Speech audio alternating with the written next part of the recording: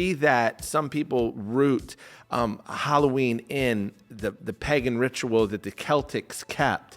Be that there's no record, there's been a lot of read in, conjecture added, mystery surrounding, things like that. So as to say that Halloween is demonic actually is a degree unfounded. It's just been projected. That's where I started to make that was probably the catalyst to my shift.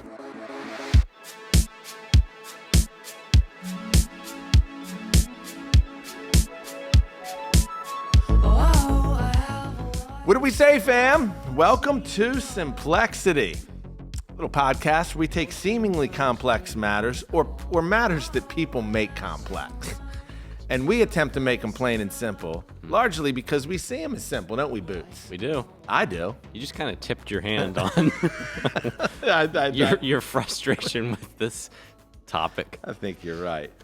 But this topic be that we find ourselves...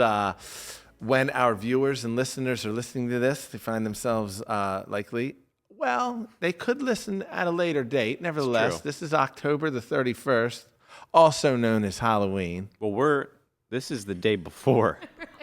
We're releasing the day before Halloween. Oh, I'm sorry. Because Halloween falls on a Tuesday, right? Oh, you're right. Yeah. And it always does it not? What? No, it actually, I'm so sorry. What is it, Thanksgiving? That's Thursday. Man, we're all messed up today. You know why I said that is because I was reading an article written in 2022 where it was speaking of Halloween being on Tuesday. And so I'm sorry. So it was last year, too, on a Tuesday? Yes. Actually, can we fact check that? Fact check it. That is why I thought 2022. It was a Monday. Hey. That would logically make sense. Hey, listen, if you're wondering about our credibility, You want to start over? It's gone out the window at this point. Sure. Hey, let's just have a conversation. That's right. That's all we're trying to do here. That's it. Well, let me ask you this. We tackle a wide range of topics. Yes, we do. Those that we think could use some perhaps simplifying. Why is this one pertinent in our context?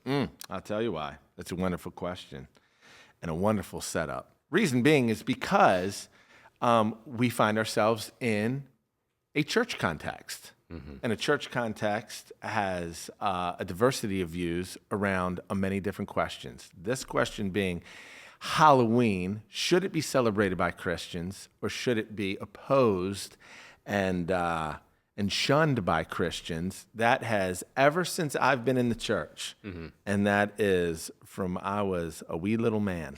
Wee little man was he. Named Zacchaeus. Zacchaeus. Lived in a sycamore tree. He didn't live in the tree. No, he climbed up in it. I'm sorry. Anywho, the question around Halloween has been as old as I am, and I know it predates me by many, many years, wondering, should Christians partake of, should moms and dads lead their sons, daughters around the neighborhood trick-or-treating, and on and on and on. And I think actually it was only in the decade past, actually 2 decades past, somewhere in the latter part of the 80s, early 90s is when churches really started to promote the alternative to trick-or-treating, which was a corporate gathering that they called trunk-or-treating. Mm-hmm. So that wasn't until the early 90s, of which I remember me being a young whippersnapper, would hear about, and actually I wasn't that young then. I graduated in 95, or I was supposed to graduate in 95, Boots. And so it's been a long discussion and a controversial one nonetheless. Yeah, and it's... But to answer your question, sorry, not to mean to cut you off. No, you're good. But to answer your question, why is this a complex matter or needing simplified? Because in a church context, there is a ton of views. Take this conversation outside into the world. Mm-hmm. They're like, you're arguing about what? Exactly. Yeah. Now that's not necessarily our barometer for whether something is worth discussing or not. Sure. But it is a particularly aggressive conversation Yes. at times. People Yeah. have strong views Very. in both directions. And so we figured, why not add to the noise? No, we figured it could be helpful because there are a lot of people at Lighthouse Church Right. who have questions and legitimate questions of they just let's not frame it as like they're crazy for having questions. That's right. They want to know, is this the right way to lead my family? Amen. Is this okay? I want to be separate from the world, but also, is it okay to carve a pumpkin? Yes. Is that inviting something into my home? Right. Is it okay to let kids go around and trick or treat? So all that stuff, those are legitimate questions. People have strong views on both sides. Yep. And so let's get into it, shall we? And just to lend some credence to the noise, I will say from the onset that when I got out of Bible college and Ruth at the time had friends, we had friends that already had kids. So this was pre Asher showing up on the scene and Lucia. I love that framing. Like Asher just showed up on the scene. The stork dropped them off and we got them. Before all of that, we had friends that would, fire pit in their front yard, and then we would walk with them around their neighborhood that was very, very festive. Or rather, actually, that's not what we did. We were invited to, and I was completely opposed to it. I had told Ruth, this is where I land on it. I have a conviction about it. I don't believe that we should be part of it. I really... It was really something that I was willing to fight for with all the reasons and yada, yada, yada. Yet, here I am. Here I am now, decades removed from that, of where I have a completely different view of it. You've flip-flopped. I've flip-flopped. I'm duplicitous. I am. I have, yes, I have turned my perspective on that, wherein now,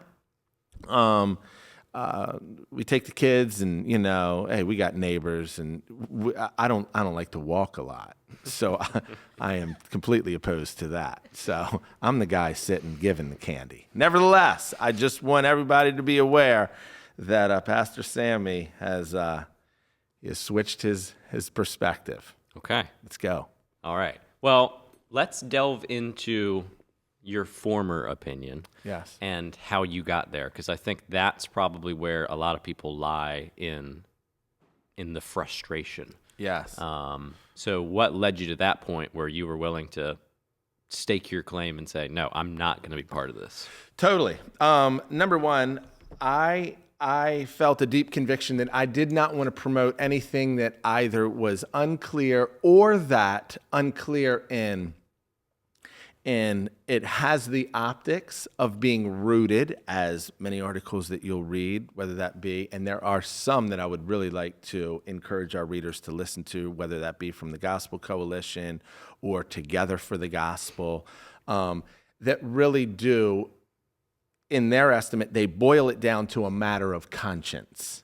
Mm-hmm. That really, they do not take a hard line one way or the other. They just do a very thorough job of unpacking. Here's both sides that have astute, diligent perspectives, not just feelings. Okay. My perspective was rooted biblically. 1 Corinthians 10 says, you cannot drink the cup of the Lord and the cup of demons. You cannot partake of the table of the Lord and the table of demons. For me, that was a clear line for me. Listen, if All Saints Day and or Samhain, the early roots of Halloween, were rooted in what was pagan ritual or pagan roots way back then, which I've come to find there have been a ton of discussion around the accuracy of that. For me, just hearing that that was enough. That you cannot partake of walking in the principles, precepts of the Lord, walking upright, and then at the same time dabbling in what has demonic roots. That just felt like a very sort of contradictory practice. Mm-hmm. So it was things like that. It was also largely my upbringing. I went to a charismatic church of where they would preach from the pulpit, about moms and dads withholding, sort of succumbing to the Halloween pressure and taking their kids trick-or-treating. I remember that. Then I went to a charismatic Bible college, of which they themselves were outspoken about the demonic roots of Halloween, All Saints' Day, yada, yada, yada. And so that forged something in me. Mm-hmm. And then other scriptures. Ephesians 5, Paul says, "Take no part in the unfruitful works of darkness, but instead expose them." So I was also the guy that was like, Ruth, I need to wash you in the water of the word. And I need to show you that this isn't right. Even as jovial and as light fare and as easy as it is, I mean, I was pretty adamant about it. And that's because at the time I did have a conviction, while at the same time I felt like I had a firm perspective. That is why I took that view. Very fair and very reasonable. So you having said all of that, I think it would be helpful to get into some of the roots that you mentioned, whether that's Samhain or All Saints' Day, because in my research of Halloween leading up to this episode, I learned quite a bit about both of those events. So do you want to weigh into? No, I want you to tease it out, and I want you to make it dummy-proof. So, because there's a lot of people that I think just take an opinion, yet they don't understand the historicity of this argument. And so that is a word, right? Right back? Well, I'm sure it is. Okay. Don't be sure. I make up a lot of words. But I do think that there are just some clear benchmarks for the roots of Halloween. I'd like you to walk us through that. Okay. So the first one is the accusation that Samhain is as you said, pagan demonic festival. Yes. That it was originally to celebrate the culmination of the end of the harvest season. Yep. And so you had all the animals slaughtered, all the vats filled, everything like that. You were ready, and then you could essentially move into the next season of the long winter. Right. And that was kicked off with a pagan festival. However, the accusation is that pagan festival was also religious in nature or demonic in nature, because you hear the word pagan and you're immediately thinking ghosts, goblins, and witches. Right? Yes. But pagan, it doesn't necessarily mean that. It just means that it wasn't Christian. Right. So you have pagans who aren't necessarily religious, but they're celebrating a festival based off of their harvest schedule.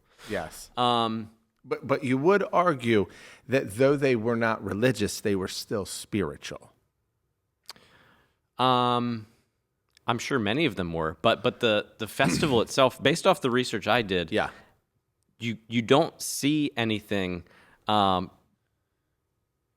lends you to believe that the festival was religious in nature. Okay. A lot of people will say that. Yeah. But the texts that predate our time, right, or the medieval time, the Celtic, which was made a practice of keeping no record. So that's why there's a lot of conjecture and a lot of speculation. Absolutely. And so people take the speculation. They're like, well, they were demons. It was a demon holiday. Well, not necessarily. Right. I'm now a demon apologist, apparently. You're doing a bang-up job at it, too. Okay. So that's one aspect of it. People will say, well, that was its origins. It's a pagan origin, so we don't want to have anything to do with it. Make what you will of that. But I want to move to All Saints' Day, because I think that this is really exciting, and I didn't even know about this. Yeah, let's go. In the early church, when Christians would be martyred, killed for their faith, the early church had a tradition of celebrating their death. And not in like a weird, thank goodness they're dead, but in they stood faithful. Yep. They didn't recant. They followed Jesus until the end. And they made a point to, when that day would come around, Right. the following year, the following several years after, they would celebrate their martyrdom, Right. and their legacy, to such a point that it was almost like to stand up against at the time it was the Roman emperors who were killing them off, but it was to say, we'll even celebrate our deaths. Yes. We're not afraid of you. We're on the winning team. And it was a way to remember their brothers and their sisters. And so you would have individual cases of martyrdom, deaths being celebrated, anniversaries, that kind of thing. And as more believers were killed, the days would kind of pile up. And you also had other regions celebrating the deaths of martyrs in other regions. And so at some point these days, it was a lot. Right. And Totally. so they were brought under one day, All Saints' Day, Right. to celebrate not just martyrs, but then also just saints who had passed. Yep. So it was a day to commemorate the deaths of martyrs and the deaths of important saints. Okay. And that was on November 1st. So now we have Hallowed Eve, or Yeah. Halloween, which is October 31st. That was just the almost the Christmas Eve to All Saints' Precursor. Day. Absolutely. So we celebrate Christmas Eve, but then we celebrate Christmas Day. Right.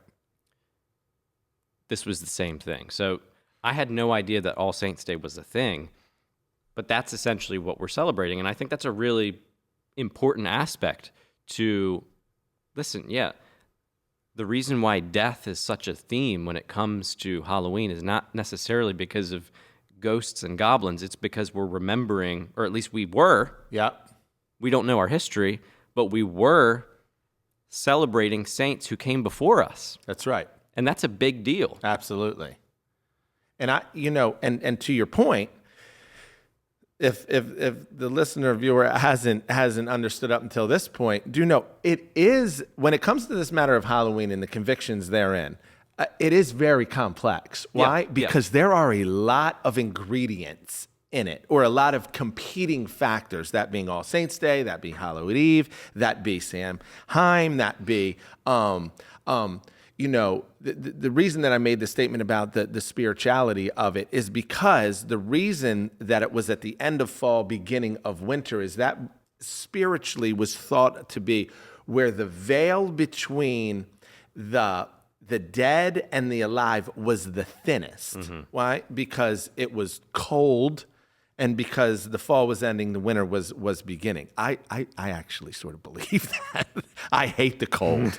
It is very thin out there, Yeah. and it's It's a thin place. it's a thin place. Nevertheless, all of those, there are disparaging views in all of those, and be that some people root Halloween in the pagan ritual that the Celtics kept, be that there's no record. There's been a lot of read in, conjecture added, mystery surrounding, things like that. So as to say that Halloween is demonic actually is a degree unfounded. Mm-hmm. It's just been projected. Mm-hmm. That's where I started to make that was probably the catalyst to my shift. Yeah. Not the full reason, but I just started to realize, I just read this little book. It was commended by John Piper, all about Halloween.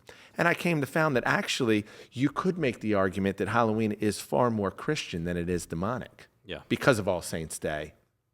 Hence, and so you're saying. So you have people who not only, no one's doing this on purpose, but it's what you hear. Mm-hmm. You either read it online, or somebody yells at you on Facebook about it, and it's like, well, I don't know. I guess that's true. Right. But there's conjecture about the origins. Yep. And then there's a disregard, frankly, of the historicity of All Saints' Thank Day. you, Boots. So when you have both of those ingredients, and then you take, as he's trick-or-treating on the set here. You take both of those ingredients, and then you you choose to celebrate in the worst possible way. Like, let's not conflate walking around dressed up as Superman with, the debauchery and the true evil that can happen on that day, and that does happen on that day because people choose to exploit it. You look at Christmas. So let's talk about Christmas for a second. Aramis, who's our middle school coordinator, he hates Christmas, and he and I go back and forth about this. Ooh. He doesn't hate what it means. Threw him right into the ring. And he'll get a chance to combat me. Mm-hmm. He doesn't hate, obviously. Just without an audience. Yeah. That's fair. No, he's gonna. Oh, yeah, that's right. Oh, sorry. I digress. Little tease there.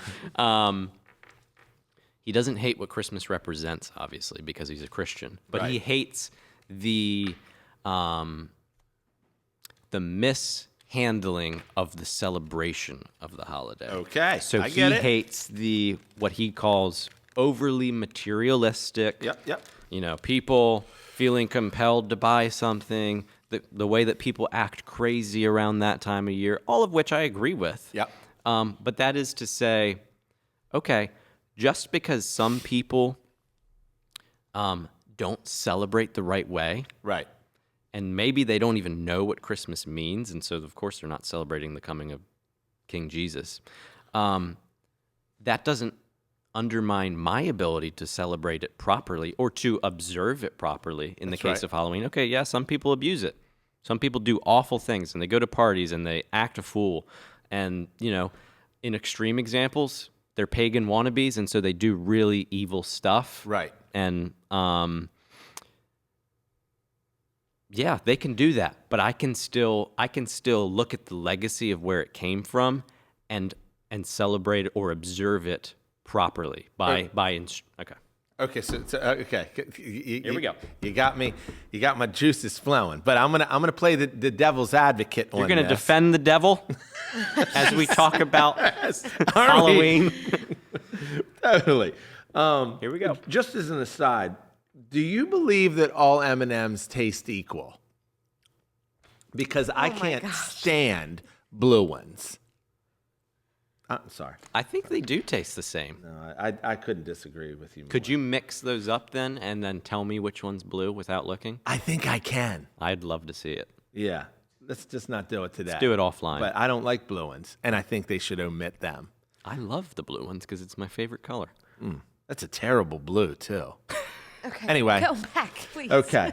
So let's get back to it. You say that, amen. So when it comes to Christmas, there should be a right way to observe. Certainly, as believers, followers of Jesus, we should observe. This is the birth of Jesus. This is the divine holy moment that the heavens provided us, our atonement, and the spotless lamb came, peace, all of that. And we're going to recognize that. While at the same time, we're going to partake in buying our children gifts. We're going to dangle wreaths and lights and the whole 9 yards, all of which I'm about, totally about. But you won't make it about that. Okay. That's part of the celebration. You are working with me. Okay. But you say when it comes to Halloween that you can then celebrate it understanding its roots, while at the same time, the posture of your heart being pure because you are not misappropriating it. Yeah. Okay? How do you do that as a believer when you're still going to dress your kids up in a costume and go trick-or-treating? This is the consternation. I understand that you know where the origin lies in All Saints' Day and that, hey, it did have a Christian root to it. But how do you support that while at the same time playing along with trick-or-treating, giving candy out, putting a lantern or carving pumpkins? The two feel somewhat mutually exclusive. Do you think they're mutually exclusive?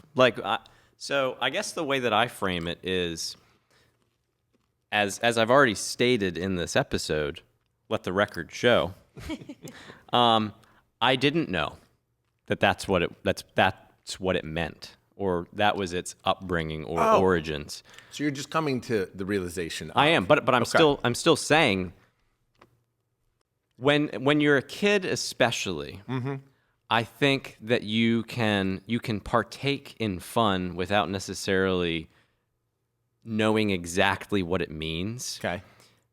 I think that there are some passive elements of observing Halloween that can do some unspoken discipling, if that makes sense. And this is gonna get theoretical and abstract real quick. So I'm gonna here try. for it. Okay. I don't know if anyone else is, but Mike you is. tracking, Becca? I'm tracking. All right, buckle up. We live in a very naturalistic society. What I mean by that is we're very science-based. Right. It's got to make sense, got to be rational, got to be reasonable. Part of the fun of Halloween is the spooky nature, the supernatural nature, it hints at in some innocent ways, some uninnocent ways. Okay. That there is something else besides the natural realm. Can we agree on that? I certainly can.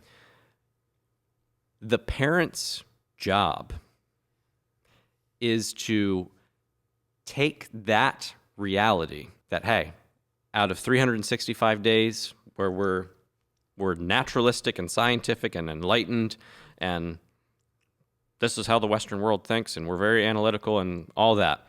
364 days, that's our realm. Right. One day a year, we start to wade into the supernatural or there's something else out there.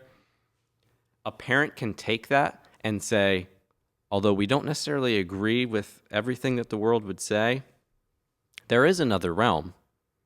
We just believe that we're on the winning side. We believe that Jesus has power over the unseen realm. So I think that it's a more effective strategy to wade into some of that, whether it's all explicitly mentioned or not, rather than retreating from it and, well, we're not gonna go into that at all. I think it's a teaching opportunity. There's parts of that I will agree with. Okay. I like this discussion. Yeah. Very much. We don't disagree often. No. There's parts of that I would agree with. There's parts of that sound very idealistic. And here's why. Because I'm going to go back to my original point. Yes, I do believe that you can use Halloween as a teaching moment to sort of make your kids aware of the unseen realm, the spiritual world, that this isn't a battle between flesh and blood, but the principalities, powers, rulers of this dark age. There's also the angelic host, and on and on and on. Amen. However, there is a bit of a collision of messages that is very hard to reconcile when you're coaching your children in that vein of thought, while at the same time dressing them up in costumes, somewhat not advocating for, but playing along with spooky. That's where people get into that's where the conviction. Beck, do you understand what I'm trying to say to a degree? You don't. She's like, I have no idea. What I'm saying is you can talk to your kids in the redemptive aspect and a redemptive reason for, hey, there is the unseen realm and the spiritual world, but you somewhat are playing along with the darkness of Halloween when you're the reason that Sanheim, they would dress in costumes, and even in medieval times they would dress in costumes, is because they did not want the dark spirits to recognize them so as not to possess them or haunt them. And so they wanted to keep themselves veiled. That's the origin of the costume, if you will. In this, it feels like a contradiction to speak to the redemptive aspect while at the same time dressing them up in costumes, playing along with the darkness of it. I hear you on that. Okay. And I'm just saying that as a parent. Yeah. As a parent, That's why I don't know if that argument is the one worth dying, the hill worth dying on. Yeah. And maybe we won't land on a Yes. hill worth dying on. I guess my contention is if you choose to retreat from it, like let's say your kid wants to dress up as Superman and walk around the neighborhood with their friends. Yes. And get free candy. Yes. If you choose to separate them from that, you have to give a reason, right? 100. So at that point, it is a teaching moment. You better believe You're it. telling them, okay, all of my friends are doing this.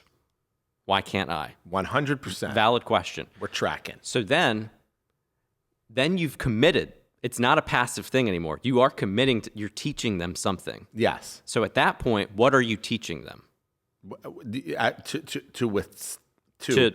You are in the world, not of the world. So you, but So you it's better to pull out of the world. It's better to pull out of the world, and Right. and the way that we do that is by not having fun. Absolutely, couldn't agree with you more. So And that's the so here- position that I thought I would take, yeah. and and I let- felt very firm in it. Go ahead. And I know that we just probably riled up some. What do you mean not having fun? Like, let's not conflate everything. Yep. So, listener, would you legitimately say that your child, and I'm not a parent, so I get it. Yeah. Shoot arrows at You're me. working on thin ice here. Here we go. But I know, like it. Go out there. Go out there. Do we really want to say that dressing up as Superman and walking around and getting candy is the same thing as dressing up as a bloody, gory horror movie character and walking around and getting candy? It's not the same, I don't think. That's exactly right. I think one, to your point, is celebrating it's innocent. innocent, albeit maybe not as instructive as could be. Mm-hmm. The other is celebrating a really dark theme That's correct. apart from an instructive nature. Like you can celebrate dark themes. Like here's an example. Okay. I like it. And I don't know what you're going to think about this, but at Liberty, where I went to college, they did this thing called Scaremare, and that was basically. Hold on, Becca. Becca's nervous over there. Scaremare. It was this haunted trail. Man, you're gonna hate this, but it was this haunted trail, and everybody loved it. You had the whole community would come out. They'd run it for the whole month of October. The whole community would come out, lines in this field. It was always the thing to go to, like for Liberty students. I went every year. It was Was something it put on by Liberty? yeah. Oh my. And so it was put on by Liberty. You go through this scary, bunch of Scaremare. putting the scare in Scaremare.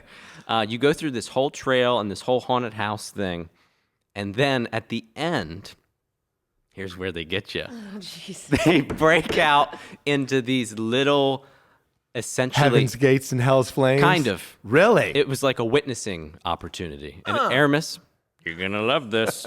I hope you're still listening because he's big on witnessing and Yes. sharing the gospel. We love you. You would go through this whole thing, and then you'd break out into these small groups in this big room, and the people, it was typically like people in the pastoral leadership program, and they needed it for credits, and they'd be like, as you guys know, death was a major theme here, and how we're all scared to die. And, you were probably a little bit afraid. How about, any scary moments? Like that whole thing. Yeah. And then they would give a gospel presentation.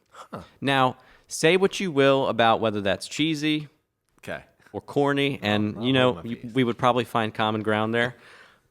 But I believe it was effective. Okay. They did it for decades. They've done it for decades at this point. All that to say, you can celebrate or at least observe dark themes, right. death even, All Saints Day, observing the death of these martyrs. And if you can weigh it out properly, it can be a teaching moment. So I agree with that. So all I'm saying is we cannot conflate every single celebration or manifestation or methodology of observing Halloween and just broad brush check it off the same. The kid who's dressed up as Superman is not the same as the college student who's going to a party and doing all sorts of evil things, cannot be compared to the pagan who's trying to do rituals and cast spells, cannot be compared to X, Y, and Z. Let's frame it properly. Okay.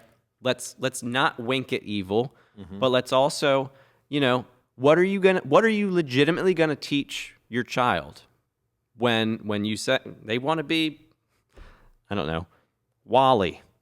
I don't know why I'm thinking of Wally right now, but I guess I'm thinking about that because I was a robot one time. I dressed up, and my parents, we did trick or treat, and let me say this. Gosh. It's just Cam's show today. This is the Cam show. Go. I like it. Our viewership is going to tank after this one. Stop. But my dad, some of my favorite memories are walking around with John, Pastor John. Ooh. I'm bringing him right into this. He's still. John dresses up to this day. John is Mr. Halloween. Him, is. Merbabe, the kids, Luke, Calvin, Yeah. James, the whole 9 yards. Yeah. And Family theme. They spend a lot of money. well, He that just I don't told me know. the other day his Amazon order came in. He was happy. Oh, man. I need to find out what they're going to be. But I think last year they let the kids choose, and so it was like, Mom's going to be a peanut butter sandwich, and Luke's going to be an ant or whatever. But anyway. Love it. We would walk around with my dad on Halloween night, and he'd be with us, and we would trick or treat. He's keeping a watchful eye. It's bonding time with him.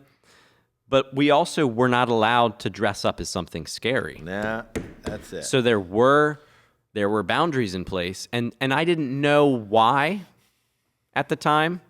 I don't know if my parents knew why. I think that there was probably a hesitance to be like the world. We're in the world, but we're not of the world. How can we be separate, but still in it? How can we be different? And to me, that made sense. It was like, okay, yeah, we're still going to do the Halloween thing. We're going to walk around. We're going to have fun. We're going to carve pumpkins. But we're not going to get really weird. We're not going to celebrate really dark. We're not going to celebrate murder, you know? Right. We're not going to celebrate evil. We're going to do this right. Amen. It was kind of my takeaway. I didn't really understand it at the time. Yeah. But now I think I can weigh into that a bit more, where it's like, yeah, we're going to do it, but we're going to do it right. We're going to show people how to do it well. We're not going to retreat from it. And that right there is where I believe is a wonderful landing spot. So let me just pick that up. I have come to have a greater conviction than my earlier one, and that is that I am called not to retreat. And yet, whatever I put my hand to and that I'm part of, as an agent of redemption or an agent of change, if you will, ministers of reconciliation, I want to step into it. And I want to step into it with eyes wide open. I want my children to step into it as knowing why we have engaged this, without going too deep into it. I feel like there's a point of diminishing returns when you're trying to parse out your case for Halloween. For me, it's become very, very simple. And that is that though I'm in the world, not of the world, I am still called to be the light to the world and those around me, as I am one saved by Jesus, that now I'm an ambassador for Jesus. We can go on and on and on about what we're called to. I remember me being a young kid and my parents saying, turn the lights out so nobody believes that we're home, so we don't have to be part of and give candy out. And I never understood why, other than this day is demonic. That wasn't enough for me. As I grew older, I was like, this is just weird. We'd have to leave the house because then people would find out, they would know that we're home. Why? Because the car was still there and my friends in the neighborhood were like, this is so weird. And I got tired of it to the point that I pushed against my parents to say, there's got to be more to it. all that said, now my baseline rule is with the kids, and now Asher, the only thing he takes is, a heavy sweatshirt and a pillowcase. He wants all the candy. But it is, we will not dress in any darkness. It is, I want to keep it jovial and light. At the same time, not missing that Halloween in the Western world, in our context, is just an over-commercialized holiday. Mm-hmm. Like, I understand you can tether its roots to centuries ago. And I understand that you can go back and forth with Samhain or All Saints Day. At the end of the day, in the Western world, by and large, I understand there's pockets of, those that would attend the Ren Fest and on and on and on, that really get boogie down with that. Mm-hmm. And it gets dark and weird. For the common junior student kid, mm-hmm. it's a jovial day. And as a parent, I don't want to keep my kids from that. And I have come to find that as I walk the neighborhood or I sit in front of a fire pit in my yard, I have found I have had some of the richest conversations with other moms and dads that are walking around, holding their beer, talking to their friends, and then meet me. I'm always looking for the open door to say, hey, what's going on? Yeah. What's going on at a deeper level? To remove myself from it became the biggest conviction that the scripture says, to the pure, all things are pure, but to the defiled, even your conscience is defiled. For me, I see it very pure. Yeah. And I feel it. I feel very advocated in. I want my kids to run around and smile and laugh. And I want to engage the moms and dads that are on the sidewalk so as to be the light in the city on the hill. I want to use the opportunity that I feel very few settings allow for communal discussion like Halloween does. Your neighbors are literally opening their doors to you. Preach, Boots. Preach. If nothing else, this is a missional opportunity, right? And that is how I view it. When else outside of it being neighborhood cleanup day or there's a dumpster at the end of the cul-de-sac that everybody can, that you'll meet neighbors that you'll never meet before. Mm-hmm. I think Halloween presents an opportunity that we should look at through a real redemptive lens of, hey, let's go out there and let's engage people and just show yourself friendly. Doesn't mean that you need to go out there and track bomb and invite everybody that you meet to church. It just means go out there and show yourself friendly, make a connection that presents, that night, evening presents, that can be really, really fruitful. And so now I look forward to it. I look forward to it. Not last year, the year before, I dressed up as Salt. No, I was Pepper. Ruth was Salt. Asher was cumin. Yeah. It was hey. I thought you were going to be Salt and she was going to be Light. Hey, that's a good one. There you go. That's a good one. There you go. But now I look at it with very clear conscience, with the purpose that God has called me to. I'm going to go out there. I mean, it's pretty interesting. 87% of Americans plan to celebrate Halloween this year. Mm-hmm. That's far more than Christmas. Wow. Yes. Actually, the second highest commercialized holiday in America is Halloween. Really? Only being outdone by, what is that, Beck? Is that Valentine's Probably Day? Valentine's Day. Yeah. The average Halloween spending per household the average is over $100. Really? Yeah, $108. I'm a cheapskate. I know. Now that's on everything. That's on little plastic, trick-or-treat buckets and, little lanterns, little wreaths and little pumpkins. The candies. Yeah. But more than a third of Americans plan to spend between $100 to $500. Whoa. Yep, they're in debt. They're definitely in debt. They're just racking up credit cards. But it goes to show it is an opportunity that my kids are going to go out there. They're going to be light. They're going to be something funny. The costume's going to be light fare. We're not going to get weird. Yeah. Don't you dare try to put fake blood on or look like a gremlin, goblin, something dark. Ain't doing it. and I'm gonna come back and I'm gonna take most of their candy. It's a win-win across candy the board. tax. Yeah, and then that's really the only reason why you support it. Totally. Yeah, but I like that, the matter of the conscience, and so we're certainly not here to Yep. Nope. to tell someone what their conscience should allow them to do. That's right. But hopefully we've provided a little bit of context and maybe clarified that it doesn't have to be an all or nothing approach. Amen. Yeah, and I think that there's something really cool about that day in particular. Yep. That can lend itself to deeper conversations because of just the air of, Yeah. there's something else out there maybe. Amen. And I think people wrestle with that without knowing it, and we can use that as an opportunity to cram them into a little box and share the gospel after Scaramere. Amen. Maybe set up a little stage in your driveway. Oh, Just have man, a that good would be old-fashioned so church weird. service to culminate the evening. Yeah. Ooh. Ladies and gentlemen. Cool. Well, let us know what you think, guys. Yeah. I know we said Said quite a lot. bit. Said a lot indeed. But hopefully it was helpful. It was certainly enjoyable. Yeah. Oh, I thoroughly enjoyed it. Yeah. I always enjoy my time with you, Boots. Yeah, likewise. But matter you and what. I we've never chatted about this before. No, so. we have not. No. Very It's interesting. fun.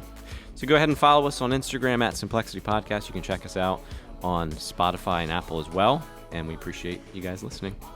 Love you guys. Whoa.